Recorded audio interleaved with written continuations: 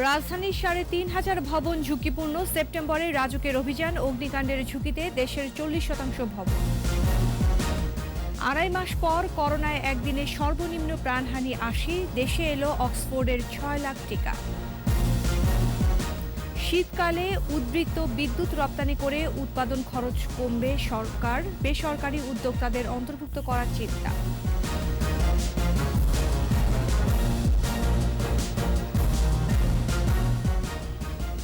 শুনছিলেন first security ইসলামী bank limited সংবাদ শিরোনাম। আমন্ত্রণ রাতের ২১শে সংবাদে। আপনাদের সাথে আছি আমি আশা সাবেরা। দর্শক, ২১শে টেলিভিশনের সংবাদ একই সাথে সরাসরি দেখতে পাবেন আমাদের ফেসবুক পেজ www.facebook.com/2124 অনলাইনে। ঝুঁকিপূর্ণ ৩,৫০০ ভবনের বিরুদ্ধে আগামী সেপ্টেম্বর থেকে অভিযান শুরু করবে রাজুক। পুরান ঢাকার সূত্রাপুরে হেলে পড়া ৬তলা ভবন ভাঙার সময় রাজুক চেয়ারম্যান বলেন, ভবনটি অনুমোদনহীন ছিল। পুরান ঢাকার বেশিরভাগ বাড়ি নকশা মেনে হয়নি বলেও জানান তিনি। দীর্ঘদিনের সমস্যার সমাধানে সময় লাগবে বলেও জানান রাজুক চেয়ারম্যান। বিস্তারিত সাইদুল ইসলামের রিপোর্টে। রাজধানীর পুরান ঢাকা, গায়ে গা ঘেঁষা ভবন, এর বেশিরভাগই নকশার কোনো ধার ধারেনি। সূত্রাপুরের হাজিবাড়ির এই ভবনটি ১৯৯৫ সালে তৈরি। পাইলিং ছাড়াই ৬তলা পর্যন্ত উঠে গেছে। কয়েকদিন আগে হঠাৎই ভবনটি হেলে পড়ে। রাজধানী উন্নয়ন কর্তৃপক্ষ ও সিটি কর্পোরেশন যৌথভাবে ভবনটি ভাঙার কাজ শুরু করেছে। ভবন মালিকও স্বীকার করলেন, নকশা মানেননি তিনি। কয়েক ধাপে ৬তলা করেছেন। আমি এটা একটু বাড়াইছিলাম, তো এর জন্য একটু এরকম হয়েছে। আমি এর জন্য অনুতপ্ত হয়ে আমি এটা ভেঙে ফেলতে চাইছি ১ তারিখে। এ ভবনের আশেপাশে অনেক ভবনেই নীতিমালা মেনে তৈরি করা হয়নি। একটি আরেকটির গা ঘেঁষে উঠে গেছে। দুই ভবনের মাঝে ফাঁকা কোনো জায়গা রাখা নেই। হেলে পড়া ভবনটি ভাঙার কাজ শুরুর দিনেই পরিদর্শন করেন রাজুক ও সিটি কর্পোরেশনের ঊর্ধ্বতন কর্মকর্তারা। তারা বলেন, কোনো ধরনের অনুমোদন ছাড়াই এই ভবনটি তৈরি করা হয়েছিল। অপরিকল্পিতভাবে এবং বিল্ডিং কোড না মেনে এবং অনুমোদনবিহীনভাবে এই বিল্ডিংটি করা হয়েছে, যে কারণে এটা বিল্ডিংটি হেলে পড়েছে। যেগুলি বেশি ঝুঁকিপূর্ণ সেগুলিকে আমরা সিলগালা করে দিই। এই কার্যক্রমটি অব্যাহত আছে। রাজুক চেয়ারম্যান জানান, আগামী মাসের শুরুতে ঝুঁকিপূর্ণ প্রায় ৩,৫০০ ভবনের বিরুদ্ধে ব্যবস্থা নেওয়া শুরু হবে। ৩,৫০০ ভবনের তালিকা আমি করেছি দুটো অঞ্চলে।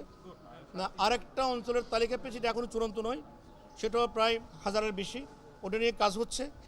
হ্যাঁ, ওইটাও নিয়ে আমরা আরও হয়তো ভবন এর মধ্যে তালিকা আরও কিন্তু বাড়তেও পারে। সেপ্টেম্বর 2nd উইক থেকে ইনশাল্লাহ আমার ভ্রাম্যমাণ আদালত দিয়ে যারা সেটব্যাক অবৈধ আছে তাদের বিরুদ্ধে আমরা ভাঙার ব্যবস্থা আমরা উদ্যোগ নেব। অনুমোদনহীন ভবনের বিরুদ্ধে পর্যায়ক্রমে অভিযান চলবে বলেও জানান তিনি। সাইদুল ইসলাম, ২১শে টেলিভিশন, ঢাকা। প্রায় ঘটছে অগ্নি দুর্ঘটনা। ফায়ার সার্ভিসের অনুযায়ী দেশের ৪০% ভবনই অগ্নিকাণ্ডের ঝুঁকিতে রয়েছে। বেশিরভাগ ভবনে নেই পর্যাপ্ত অগ্নি নির্বাপন ব্যবস্থা। গত ১ বছরে ৭,০০০-এরও বেশি স্থাপনা পরিদর্শন করেছে ফায়ার সার্ভিস। এর মধ্যে ১৪০০-রও বেশি ভবন ঝুঁকিপূর্ণ। ২৩১টি অতিমাত্রায় ঝুঁকিপূর্ণ। বিশেষজ্ঞরা বলছেন, মালিকদের উদাসীনতার কারণেই ভবনগুলোতে যথাযথ অগ্নি নির্বাপন ব্যবস্থা থাকে না। বিস্তারিত সাইদুল ইসলামের আরেকটি রিপোর্টে। দিন দিন বাড়ছে অগ্নিকাণ্ড। সম্প্রতি নারায়ণগঞ্জের এই জুস কারখানায় অগ্নিকাণ্ডে ৫২ শ্রমিকের মর্মান্তিক মৃত্যু হয়। অগ্নিকাণ্ড রোধে প্রতি বছর বহুতল আবাসিক, বাণিজ্যিক, হাসপাতাল, শিল্প কারখানা ও অন্যান্য স্থাপনা পরিদর্শন করে ফায়ার সার্ভিস। গত ১ বছরে প্রায় ৭,৫০০ স্থাপনা পরিদর্শন করেছে তারা। এর মধ্যে ঢাকায় ১৯১৮, চট্টগ্রামে ৭০১, রাজশাহীতে ৬০২, খুলনায় ৩,২৭৪টি সহ সারা দেশে ৭,৩৮৩টি স্থাপনা পরিদর্শন করা হয়। এর মধ্যে ৫,৩৭৫টি অগ্নি নির্বাপন ব্যবস্থায় সন্তুষ্ট ফায়ার সার্ভিস। তবে ঝুঁকিপূর্ণ ভবনের সংখ্যা নেহায়েত কম নয়, ১,৪০৬টি, আর অতি ঝুঁকিপূর্ণ স্থাপনার সংখ্যা ২৩১টি। ফায়ার সার্ভিসের মহাপরিচালক জানান, নিয়মিত পরিদর্শনে ঝুঁকিপূর্ণ স্থাপনার বিরুদ্ধে ব্যবস্থাও নেওয়া হয়। 30-40% স্থাপনা আছে যেগুলো ঝুঁকিপূর্ণ এবং অতি ঝুঁকিপূর্ণ তালিকার মধ্যে পড়ে। আমাদের অগ্নি নির্বাপন আইনের সর্বনিম্ন শাস্তি হলো 3 বছর, বাট মোবাইল কোর্টের সর্বোচ্চ শাস্তি হলো 2 বছর। একটা গ্যাপ থেকে যায়, সেজন্য আমরা অনেক সময় মোবাইল কোড করি, বাট আমাদের আইনে শাস্তি না হয়ে, মনে করেন ভোক্তা অধিকার আইন বা অন্যান্য পরিবেশ আইন বা অন্যান্য আইন যেগুলো আছে, যারা আমাদের সঙ্গে মিনিস্টার যান, ওনারা আমাদেরকে সাজেস্ট করেন কোন আইনে তাদেরকে শাস্তির আওতায় আনতে হবে। পরিস্থিতির উন্নতি হচ্ছে বলে দাবি করেন তিনি। অগ্নি নিরাপণ ব্যবস্থাটা যেখানে একেবারেই ছিল না, সেখানে কিছু কিছু ব্যবস্থা তারা নিয়েছে। বুয়েটের এই বিশেষজ্ঞ জানান, টেকসই অগ্নি নির্বাপন ব্যবস্থা করে না ওঠার পেছনে শিল্প মালিক ও পরিদর্শক সবার দায় আছে। যারা পরিদর্শক তারা আপোষ করেন, ডেফিনেটলি তারা যথাযথভাবে করেন না। যথাযথভাবে করলে, তারা ইচ্ছা করলে, তাদের আইন আছে, তারা এটা বন্ধ করতে পারতেন। বিএনবিসি কোডে লেখা আছে যারা আইন না মেনে করে তাদের 7 বছর কারাদণ্ডের নিয়ম আছে। আজ পর্যন্ত একজনও সাজা পাইছে বলে শুনি নাই। ভবন পরিদর্শন করে ব্যবস্থা নিলে পরিস্থিতির উন্নতি হতে বলেই মনে করেন এই বিশেষজ্ঞ। মানুষ নিয়ম নীতির প্রতি আরও বেশি সজাগ হবে, আমরা আশাবাদী। সাইদুল ইসলাম, 21 টেলিভিশন, ঢাকা। 2.5 মাস পর করোনায় মৃত্যুর সংখ্যা নামলো 100-র নিচে। 24 ঘন্টায় মারা গেছে 80 জন আর শনাক্ত 3,436। শনাক্তের বিপরীতে মৃত্যু হার 1.74%, আর পরীক্ষার বিপরীতে করোনা শনাক্ত 13.67%। মানিক শিকদারের রিপোর্ট। 27 আগস্ট সকাল 8টা থেকে 28 আগস্ট সকাল 8টার মধ্যে করোনায় মৃত্যু হয়েছে 80 জন, যা আগের দিনের চেয়ে 37 জন কম। মোট মৃত্যু সংখ্যা 25,926 জন। 24 ঘন্টায় শনাক্ত 3,436 জন। মোট করোনা আক্রান্ত 14,89,589 জন। নমুনা পরীক্ষা হয়েছে 25,129 জন। এখন পর্যন্ত নমুনা পরীক্ষা হয়েছে 88,41,472 জনের। আর 24 ঘন্টায় সুস্থ হয়েছেন 4,861 জন। মোট সুস্থ হয়েছে 14,09,231 জন। আজও সর্বোচ্চ মৃত্যু ঢাকা বিভাগে 34 জন, এছাড়া চট্টগ্রাম বিভাগে 21, রাজশাহী বিভাগে 1, খুলনায় 9, বরিশালে 4, সিলেটে 6, রংপুরে 3 এবং ময়মনসিংহে মারা গেছে 2 জন। দৈনিক সংক্রমণ 13.67%, মোট শনাক্ত 16.85%, আর সুস্থতার হার 94.61%। মৃত্যু হার 1.74%। মানিক শিকদার, 21 টেলিভিশন, ঢাকা। জাপান থেকে কোভ্যাক্সের আওতায় অক্সফোর্ড অ্যাস্ট্রাজেনেকার 6 লাখের বেশি টিকা দেশে এসেছে। সন্ধ্যায় প্যাসিফিক এয়ারলাইন্সের একটি ফ্লাইট টিকাগুলো নিয়ে শাহজালাল আন্তর্জাতিক বিমানবন্দরে অবতরণ করে। এ নিয়ে জাপান থেকে কোভ্যাক্সের মাধ্যমে বাংলাদেশে 30 লাখের বেশি টিকা এলো। আগেও জাপান বাংলাদেশ বন্ধু রাষ্ট্র হিসেবে এই টিকা দেওয়ার ঘোষণা দিয়েছিল। টিকা গ্রহণের সময় স্বাস্থ্য অধিদপ্তর ও বিমানের কর্মকর্তারা উপস্থিত ছিলেন। পরে অধিদপ্তরের লাইন ডিরেক্টর সাংবাদিকদের বলেন, টিকা কার্যক্রম চলমান রাখতে সরকার কাজ করে যাচ্ছে।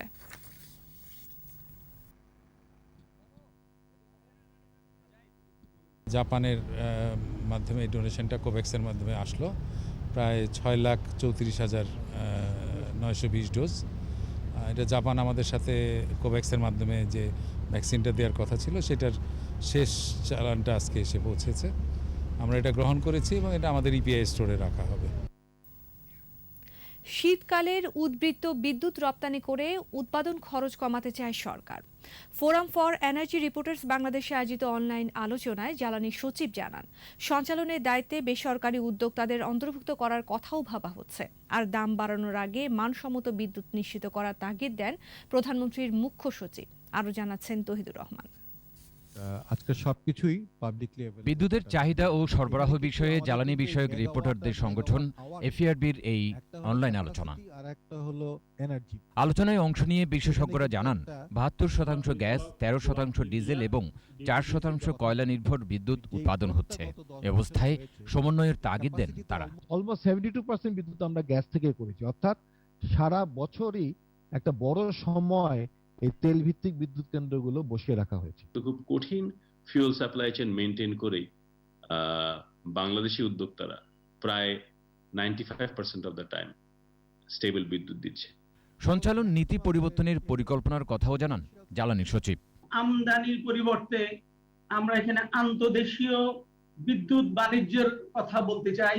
কালে আমাদের প্রচুর সাপ্লাই থাকে, সুতরাং আমাদের জন্য তখন আমাদের যেই অতিরিক্ত ক্যাপাসিটি সেই ক্যাপাসিটি ব্যবহার করে বিদ্যুৎ রপ্তানি করতে পারি, তাহলে বিদ্যুতের উৎপাদন খরচ কমে আসবে। উন্নয়নের সাথে বিদ্যুতের সম্পর্কের কথা তুলে ধরে প্রধানমন্ত্রীর মুখ্য সচিব বিদ্যুৎ উৎপাদন খরচের সাথে মান বাড়ানোর তাগিদ দেন। পৃথিবীতে এই পর্যন্ত কোনো দেশেই কিন্তু বিদ্যুতের দাম কমাতে পারে না, এটা বেড়েছে। কিন্তু তার সঙ্গে যদি আমরা এফিসিয়েন্সি যোগ করতে পারি এবং নট অনলি দ্যাট, সেটাকে ধরেন আপনার ইন্ডাস্ট্রিতে যারা ইন্ডাস্ট্রি কাজ করছে সেটা যদি করতে পারি তাহলে আমরা সবাই উপকৃত হব। এফিআরবির চেয়ারম্যান অরুণ কর্মকারের সভাপতিত্বে ভার্চুয়াল সভায় অংশ নেন বিদ্যুৎ বিভাগের কর্মকর্তারা। ভর্তুকির পরিমাণ ছিল ৩৬০০ কোটি টাকা। তৌহিদুর রহমান, ২১শে টেলিভিশন, ঢাকা। নিচ্ছি সংবাদ বিরতি, যখন ফিরছি তখন অন্যান্য খবরের সঙ্গে আরও থাকবে। জনসমর্থন না পেয়ে ষড়যন্ত্রের পথে হাঁটছে বিএনপি বললেন ওবায়দুল কাদের, মিথ্যাচারের অভিযোগ ফখরুলের। আবারও আমন্ত্রণ রাতের ২১ সংবাদে। জনসমর্থন না পেয়ে বিএনপি ষড়যন্ত্রের পথে হাঁটছে বলে মন্তব্য করেছেন আওয়ামী লীগ সাধারণ সম্পাদক Obaidul Quader. Dhaka university alumni association আয়োজিত শোক দিবসের আলোচনায় তিনি বলেন, বিএনপি দেশ বিদেশে লবিস্ট নিয়োগ ও অর্থ বিনিয়োগের মাধ্যমে ষড়যন্ত্রের ধারাবাহিকতা অব্যাহত রেখেছে। বিস্তারিত জানাচ্ছেন রিয়াদ সুমন। জাতীয় শোক দিবস উপলক্ষে সিনেট ভবনে ঢাকা ইউনিভার্সিটি অ্যালামনাই অ্যাসোসিয়েশনের আলোচনা সভায় ভার্চুয়ালি যোগ দেন আওয়ামী লীগ সাধারণ সম্পাদক, সড়ক পরিবহন ও সেতুমন্ত্রী ওবায়দুল কাদের। 15ই আগস্টে বক্তৃতায় আওয়ামী লীগ সাধারণ সম্পাদক বলেন, ষড়যন্ত্র এখনও থেমে নেই। দেশের অভ্যন্তরে অস্থিতিশীল পরিবেশ তৈরি করে ঘোলা পানিতে কেউ কেউ মাছ শিকার করতে চায়। হত্যাকাণ্ডের পর কফিনে জিয়াউর রহমানের লাশ ছিল না বলেও দাবি করেন ওবায়দুল কাদের। হাজার হাজার লোক জানাজা পড়া আর ও কফিনে জিয়াউর রহমানের লাশ থাকা না থাকা এটা কি এক কথা? মানুষ তো নিহত প্রেসিডেন্টের জন্য জানাজা পড়তে, সেই কফিনে যে প্রেসিডেন্ট নেই, লাশ নেই, এটা তো আর মানুষ জানতো না। বঙ্গবন্ধু অ্যাভিনিউয়ে জাতীয় শোক দিবস উপলক্ষে বাংলাদেশ তাঁতি লীগের আলোচনা সভায় যোগ দেন আওয়ামী লীগের কেন্দ্রীয় নেতারা। বক্তৃতায় ১৫ আগস্টের কুশীলবদের বিচার দাবি করেন বক্তারা। নেপথ্যে মূল মাস্টারমাইন্ড যারা ছিল তাদের কথা এখনকার প্রজন্ম জানতে চায়। বঙ্গবন্ধুর খুনি শুধু ফারুক রশিদ গং নয়, আজকে আমরা জানতে পেরেছি এই বঙ্গবন্ধুর খুনিরা তারা জীবদ্দশায় কি বলে গিয়েছে। প্রচার ও প্রকাশনা সম্পাদক ডক্টর আব্দুস সুবহান গোলাপ বলেন, সকল ষড়যন্ত্র মোকাবেলায় সবাইকে সতর্ক থাকতে হবে।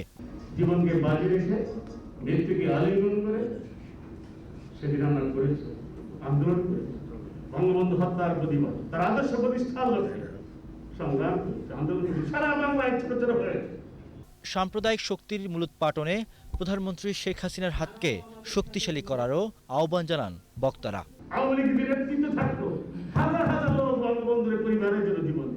রিয়াদ সুমন, ২১ টেলিভিশন, ঢাকা।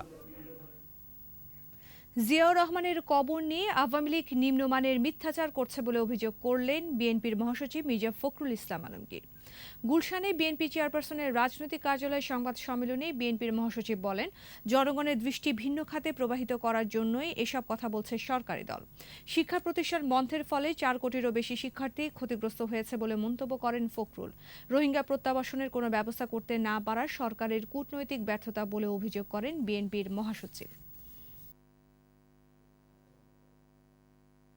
নিম্নমানের মিথ্যাচার জাতিকে বিভ্রান্ত করবার এবং জনগণের দৃষ্টি ভিন্ন খাতে প্রবাহিত করবার অপচেষ্টা বলে মনে করা হয়। সবাই এ ধরনের নিকৃষ্ট মিথ্যাচার থেকে বিরত থাকবার আহ্বান জানানো হয়। স্বাস্থ্যবিধি মেনে অবিলম্বে শিক্ষা প্রতিষ্ঠান খুলে দেওয়ার আহ্বান জানানো হয়। শোকাবহ আগস্ট।